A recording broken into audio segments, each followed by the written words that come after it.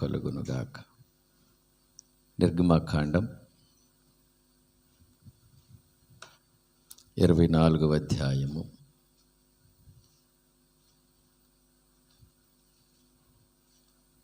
7వ వచనం.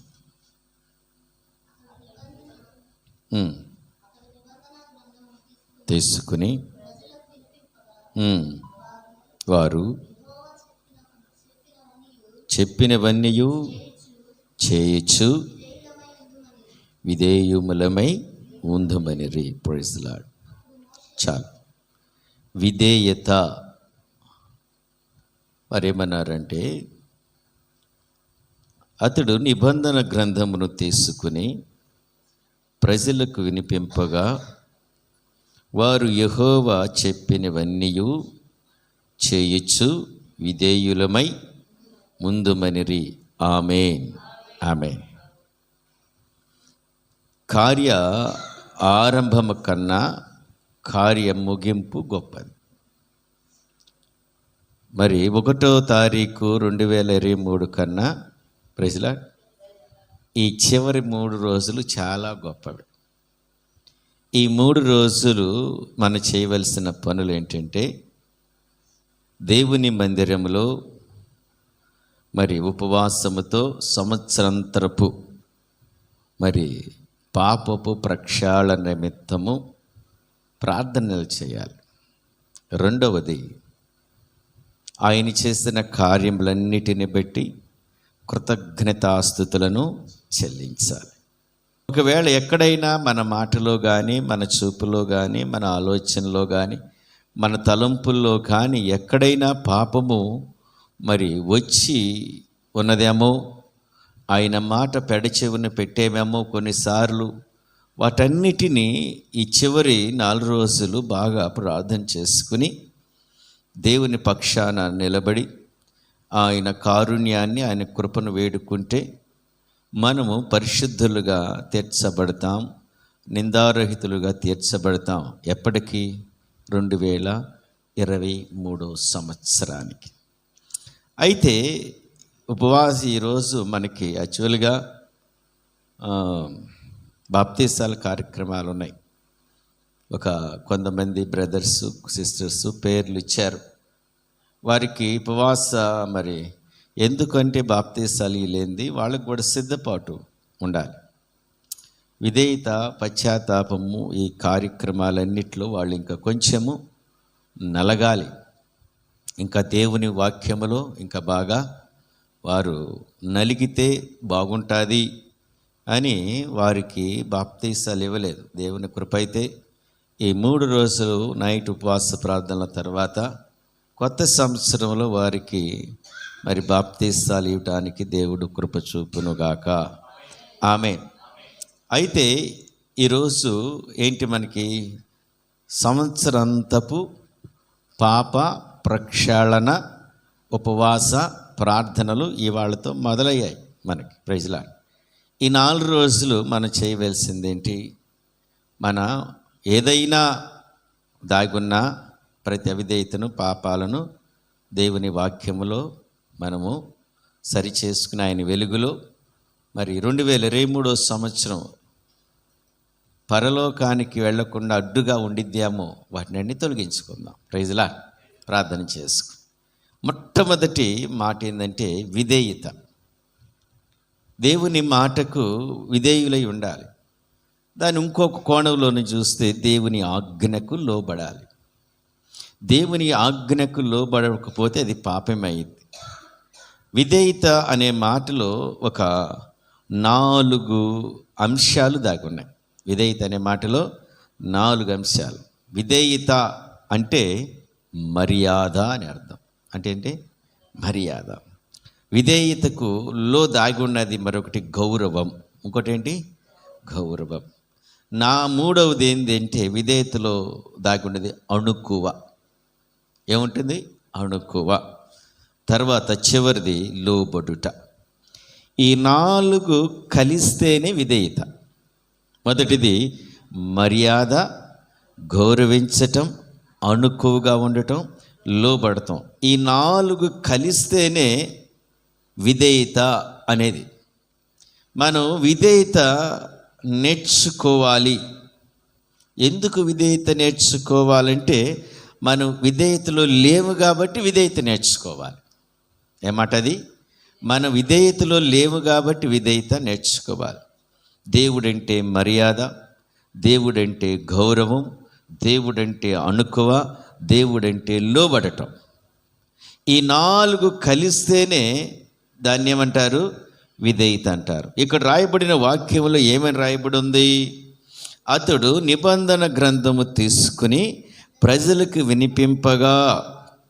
మరి రోజు దేవుని వాక్యము, నిబంధన గ్రంథాన్ని, కొత్త నిబంధన పాత నిబంధన కలిస్తే పరిశుద్ధ గ్రంథం. దేవుని గ్రంథాన్ని తీసుకుని మీ అందరికీ నేను దేవుని యొక్క పరిశుద్ధాత్మ సహాయముతో ఏం చేస్తున్నాను? ఆయన మాట చెబుతున్నప్పుడు అక్కడున్న వారందరూ ఏమన్నారు? వాళ్ళు ఏమన్నారు? విధేయులై ఉందుమనిరి. అతడు నిబంధన గ్రంథము తీసుకుని ప్రజలకు వినిపింపగా వారు యెహోవా చెప్పినవన్నీ చేయొచ్చు. అంటే ఏముంది? చేయొచ్చు అంటే క్రియ. వింటమే కాదు, చేస్తారు. చెప్పి వదిలేయకూడదు. ఏం చేయాలి? మనం చెయ్యాలి. పాపం చేయకూడదని చెప్పినప్పుడు పాపం చేయకుండా క్రియారూపంలో ఉండాలి. వింటమే కాదు, వారు ఏం చేశారు? చేశారు. అంటే 2 జరిగాయి. క్రియ జరిగింది, ప్లస్ దేవుని వాక్యము కూడా వారు విన్నారు. దేవునికి మహిమ కలుగునుగాక. ఆమేన్. ఇప్పుడు రండి, యెరెమీయా గ్రంథము 26వ అధ్యాయము 13వ వచనంలో ఒక మాట ఉంటుంది. 26:13. కాబట్టి యెహోవా మీకు చేసినదని తాను చెప్పిన కీడును గురించి ఆయన సంతాపపడినట్లు ఆందోళన చేయండి. మీరు మీ మార్గములను మీ క్రియలను చక్కపరుచుకుని మీ దేవుడైన యెహోవా మాట వినుడి. Praise the lord. ఇక్కడ ఏమంటున్నాడు? విధేయతలు ఏమి దాగున్నాయి? ఇక్కడ మళ్ళీ దాని గురించి ఏమంటున్నాడంటే పరిశుద్ధాత్మ దేవుడు మనతో మాట్లాడుతూ, మీరు మీ మార్గములను చక్కపరుచుకోవాలి, వాటిని దిద్దుకోవాలి. Praise the lord. మీ క్రియలను చక్కపరుచుకోవాలి. యెహోవా మాట వినుడి. మార్గాలను దిద్దుకోవాలి, క్రియలను చక్కపరుచుకోవాలి, యెహోవా మాట వినాలి. ఈ 3 జరగాలి. మీ మార్గములను ఏమంటున్నాడు ఆయన? మార్చుకోవాలి, దిద్దుకోవాలి. మనం చూస్తే మనం దేనికి మన మార్గాలను, మన మార్గం ఏంటి? మన మార్గం వేరే మార్గం ఉంది. మన మార్గంలో వెళ్తున్నాం, ఆయన మార్గంలోకి మనం వెళ్ళాలి. మొదటి ఆయన మార్గంలోకి మనం వెళ్ళాలంటే మనకు ఇష్టం ఉండదు. ఏముండదు? ఇష్టం ఉండదు. త్రాగుబోతోండి త్రాగొద్దురా, తిండిపోతోండి తిండిపోతుగా ఉండొద్దురా, జోదం ఆడేవాడిని జోదం ఆడకూడదురా, అపహాసులు కూర్చుని చోట కూర్చోకూడదురా, నువ్వు ముసలమ్మ ముచ్చళ్ళ దగ్గర నువ్వు కాలాన్ని గడపొద్దురా అంటే ఇష్టం ఉండదు వాళ్ళకి. కానీ ఇక్కడేమన్నాడు? ఆ మార్గాన్ని మార్చుకో. అదే నా మాట వినటం. విధేయత అంటే ఏంటి? లోబడాలి, అణుకువ కలిగి ఉండాలి. Praise the Lord. ఇంకో మాట ఏంటి? లోబడాలి. ఇప్పుడు ఆయన మార్గంలో మనం దిద్దుకోవాలి. ఏ మార్గంలో ఉన్నావు నువ్వు? నీ మార్గంలో నుంచి దేవుని మార్గంలోకి రావటమే విధేయత. ఆయన మాటను గౌరవించుదాం, ఆయన మాటకు మర్యాద ఇద్దాం. మర్యాద అంటే ఏంటి? నేను వచ్చినప్పుడు మీరు లేవద్దయ్యా అంటే మళ్ళా మీరు లేచారనుకో, నా మాటకే విధేయత చూపించినట్టు. Praise the Lord. ఇప్పుడు దేవుని మాటకు మనం మర్యాద ఇవ్వాలి, లోబడాలి. Praise the lord. అణుకోగలిగి ఉండాలి. Praise the lord. ఈ మాట ఏమన్నాడు? మార్గము. ముందు ఏం చేయాలి? మన మార్గమును మార్చుకుంటే ఆయనకి విధేయత చూపించినట్టు. 2023 సంవత్సరంలో ఆయన చెప్పిన మార్గంలో ఉన్నావా, నీ మార్గంలో ఉన్నావా అనేది ప్రశ్న. ఇప్పుడు ఆయన చెప్పిన మార్గంలో లేకపోతే పశ్చాత్తాపడు. అయ్యా 2023 సంవత్సరంలో నా మార్గము అప్పుడప్పుడు నీ మార్గం, అప్పుడప్పుడు నా మార్గంలో వెళ్ళాను, అట్ట కాదయ్యా. ఇప్పుడు ఏం చేయాలి? మాట వినటం అంటే ఏంటి? కంప్లీట్గా ఆయన మాటకు సరెండర్ అవటమే దేవునికి మహిమ. సమర్పణ అనే పదం ఒకటి ఉంది మనకి. ఏం పాట? సమర్పణ అనే మాట. సమర్పణ అంటే అర్థం తెలిస్తే, సమర్పణ అంటే ఏంటంటే నీకు కలిగినది దేవునికి ఇచ్చేయటమే. ఇక దాని గురించి నీకు తలంపులు కానీ ఆలోచనలు కానీ రాకూడదు. దాన్ని సమర్పణ అంటాడు. మీకు అర్థం అవడానికి ఒక మాట చెప్తా. నేనేమన్నానంటే, ఈ లోకంలో మరి బంగారము వ్యర్థమైనది, నీ ఒంటి మీద ఉండవలసినది మహిమ కలిగిన ఆభరణాలు, మరి పరసంబంధమైన ఆభరణాలు ఉండాలి. ఈ ఆభరణాలు, భూ సంబంధమైన ఆభరణాలు నువ్వు పెట్టుకోకూడదు. పరిశుద్ధ గ్రంథం స్త్రీలు అలంకరించుకోకూడదని రాయబడిందని వాక్యంలో ప్రభువారు చెప్పారు. ఆ నిబంధన గ్రంథం నుంచి మాట్లాడు. నువ్వు ఆ మాటకు లోబడ్డావు. నీ దగ్గర ఉన్న 2 బంగారపు గాజులు తీసుకొచ్చి దేవునికి సమర్పించావు. ఏం చేసావు? దేవునికి సమర్పించావు. సమర్పించేసావు, మంచిది. తర్వాత ఒక 2-3 నెలల తర్వాత నువ్వు ఇట్లాంటి సన్నిధిలో కూర్చున్నావు.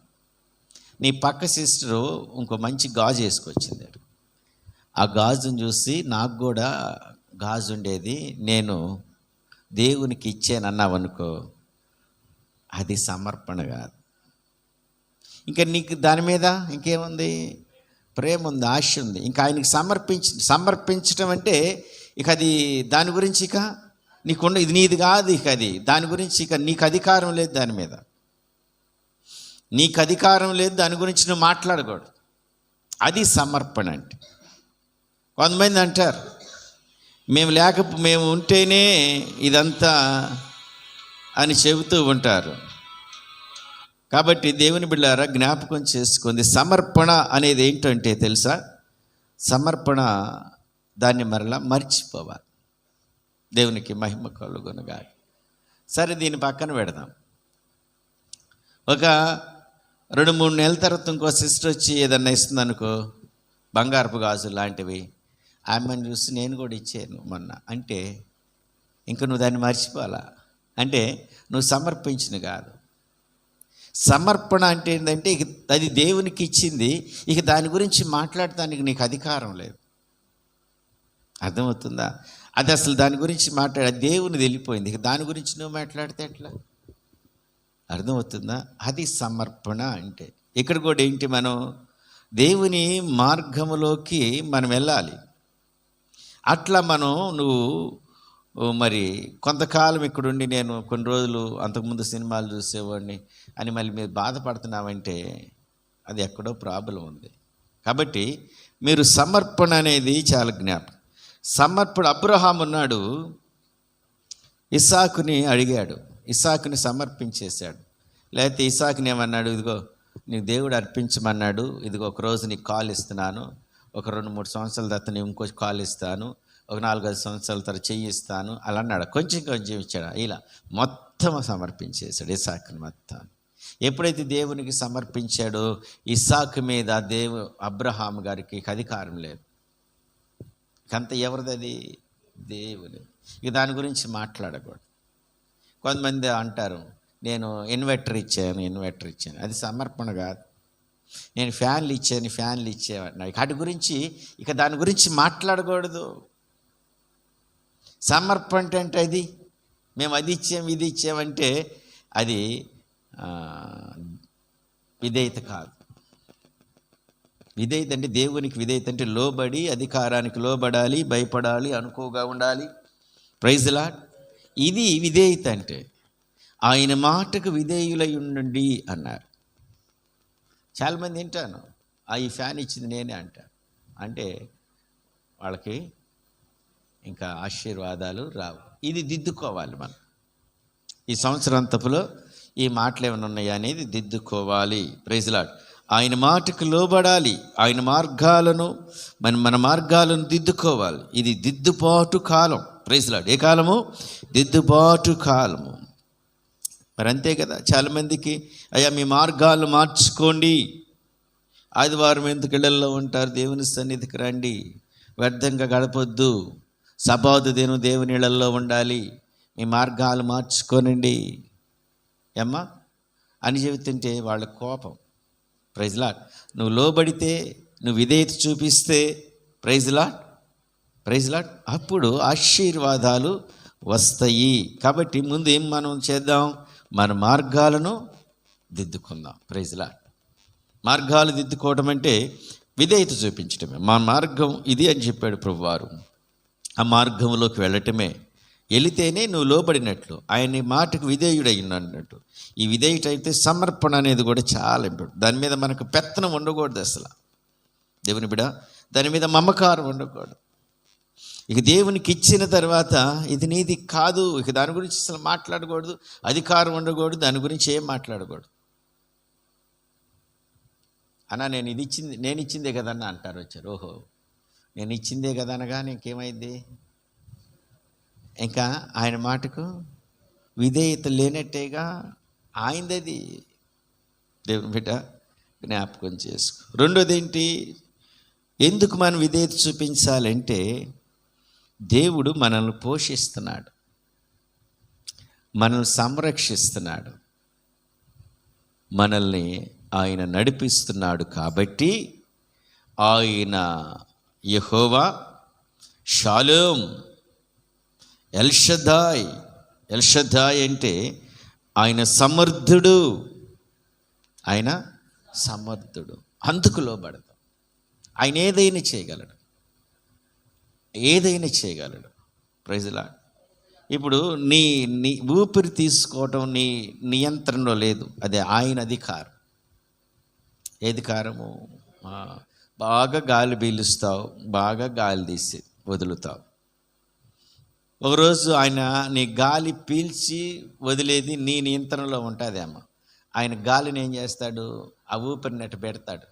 అప్పుడు మన శరీరంలో ఉండం, చచ్చిపోదు, శరీరం పడిపోయింది.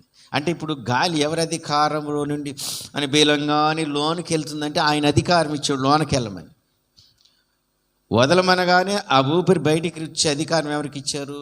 ఆయన ఇచ్చాడు. ఒకరోజు నువ్వు పీల్చినా కూడా లోనికి వెళ్ళొద్దు అంటాడు. ఇక నువ్వు ఉండవు. ఇప్పుడు ఊపిరి ఎవరి అధికారంలో ఉంది? దేవుని అధికారం. నువ్వు బతికున్నావు, నేను బతికున్నావు 23వ సంవత్సరం అంటే ఆయన అధికారంలో మనం బ్రతుకుతున్నామని, ఆయన దయాదాక్షాన్ని వల్ల మనం బ్రతుకుతున్నామని, దీనిని బట్టి ఆయనకు విధేయులై ఉండాలి. Praise the Lord. ఇవన్నీ లోన ఉండాలి మనకి. ఇది 2. మూడోది, ఆయన మనల్ని మన సృష్టికర్త. ఎందుకు విధేయులై ఉండాలి? విధేయత అంటే ఏం చెప్పాను? అణుకువ, గౌరవం, మర్యాద, భయము, ఇవన్నీ కలిస్తేనే విధేయత. ఎందుకు విధేయత? ఇప్పుడు మరి అధికారి ఉంటాడు, అదేవిధంగా మరి వాడి కింద పని చేసే పనివాడు ఉంటాడు. పనివాడు ఏం చేస్తాడు? అధికారిని చూసి గడగడ వణుకుతూ ఉంటాడు.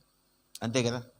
వాడు దగ్గితే ఏం కావాలో, వాడు తుమ్మితే ఏం కావాలో పక్కన ఉండి ఏం చేస్తూ ఉంటాడు? ఉపచారము చేస్తూ ఉంటాడు. ఆ యజమానుడికి ఏమేమి కావాలో ఇట్లా లెగవగానే ఏం కావాలి అయ్యగారు అంటాడు. అంటే ఎట్ట భయపడుతున్నాడు? బాగా భయపడతాడుగా. Praise lord.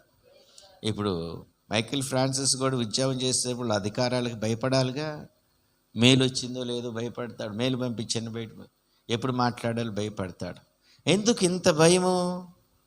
ఆయన అధికారి, ఆయన పోషిస్తున్నాడు.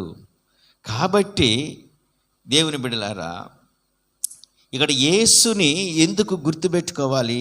ఆ దేవుణ్ణి అంటే బాగా ధ్యానిస్తూ ఉన్నప్పుడు గుర్తుకొస్తాడు ఆయన. ఏం చేయాలి? ధ్యానిస్తూ ఉండాలి, ఆయన గుర్తు చేసుకుంటూ. అభ్యాసం చేస్తున్నప్పుడు, అభ్యాసం అంటే మరలా ఒకసారి, 2 సార్లు, 3 సార్లు, 4 సార్లు అభ్యాసం చేస్తున్నప్పుడు ఆయన గుర్తుకొస్తాడు. అంతేకాదు, ఆయన గురించి ఆలోచిస్తున్నప్పుడు బాగా ఆయన గుర్తుకొస్తాడు. Praise the lord. ఆయన గమనిస్తున్నప్పుడు కూడా ఆయన గుర్తుకొస్తాడు. కాబట్టి ఈ 4 మాటలు ఎందుకంటే ఆయన గొప్పవాడు అని నీకు అర్థం కావాలంటే ఇప్పుడు చెప్పిన ధ్యానించటం, అభ్యసించటం, ఆలోచించటం, చూడటం, గమనించటం. ఇప్పుడు రాండి యోహాను సువార్త 1:1లో, మొదటి యోహాను సువార్త 1:1లో ఒక చక్కని మాట ఉంటుంది. యోహాను సువార్త 1:1 జీవవాక్యమును గురించినది ఆది నుండి ఏది ఉండెనో, మేమేదైతే వింటిమో, కనులారా ఏది చూచితమో, ఏది నిదానించి కనుగొంటినో, మా చేతులు దేన్ని తాగి చూచినవో అది మీకు తెలియచేయుచున్నాము.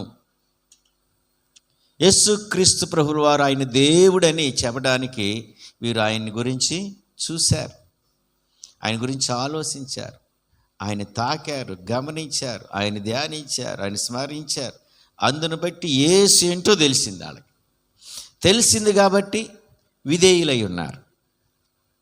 అట్లా నువ్వు విధేయత కలిగి ఉండాలంటే ఈ 23వ సంవత్సరంలో నాకు ఎన్నో అనారోగ్యాలు వచ్చినాయి అని ఒకసారి నువ్వు ఆలోచిస్తే ఆయన ఎట్టెట్ట నిన్ను లేపాడో నీకు అర్థమైంది. ఎన్ని ఆర్థిక ఇబ్బందులు వచ్చి, ఎన్ని మానసికమైన ఒత్తిళ్ళు వచ్చి, దుఃఖం వచ్చినప్పుడు నిన్ను అటన్నిటిలో నుంచి మళ్ళీ బయటికి తీసుకొచ్చి ఆదరించి నిన్ను బలపరిచి ఆయన మాటతో నిన్ను స్థిరపరిచినాడు. కాబట్టి ఇవన్నీ మనం గమనిస్తే ఆయనకు అర్థమైంది. అట్లానే మన శరీరంలో అనారోగ్యాలు వచ్చినప్పుడు ప్రభువారు ఏ విధంగా మనల్ని స్థిరపరిచాడో మనం నిదానించి చూస్తే ఎన్ని అర్థమైంది. వీటన్నిటిని బట్టి మనం దేవునికి ఏమై ఉండాలి? విధేయులమై ఉండాలి. అది విధేయత. 23వ సంవత్సరంలో ఎక్కడైనా అవిధేయత చూపించేవా? గమనించు. ఈ చివరి రోజుల్లో ప్రభువా ఎక్కడైనా అవిధేయతగా ఉంటే నన్ను క్షమించండి అని, అయ్యా మీరు చేసిన అనేక కార్యాలను బట్టి నీకు స్తుతులు స్తోత్రాలని కృతజ్ఞత భావం కలిగి ఆయనను మహింపరుస్తూ మన మార్గాలను 23వ సంవత్సరంలో ఏ మార్గాల్లోకి వెళ్ళమన్నాడో మనం ఎందుకు వెళ్ళలేదో, అక్కడ అవిధేయత ఎందుకు చూపించామో 24వ సంవత్సరంలో విధేయత కలిగి ఆ మార్గాల్లో మేము నడుస్తామయ్యా అని తీర్మానం చేసుకునే రోజులు ఇవి. Praise the Lord. దేవునికి మహిమ కలుగునుగాక. అందుకు విధేయత చూపించాలి. మరొకటి, ఎందుకు విధేయత చూపించాలి అంటే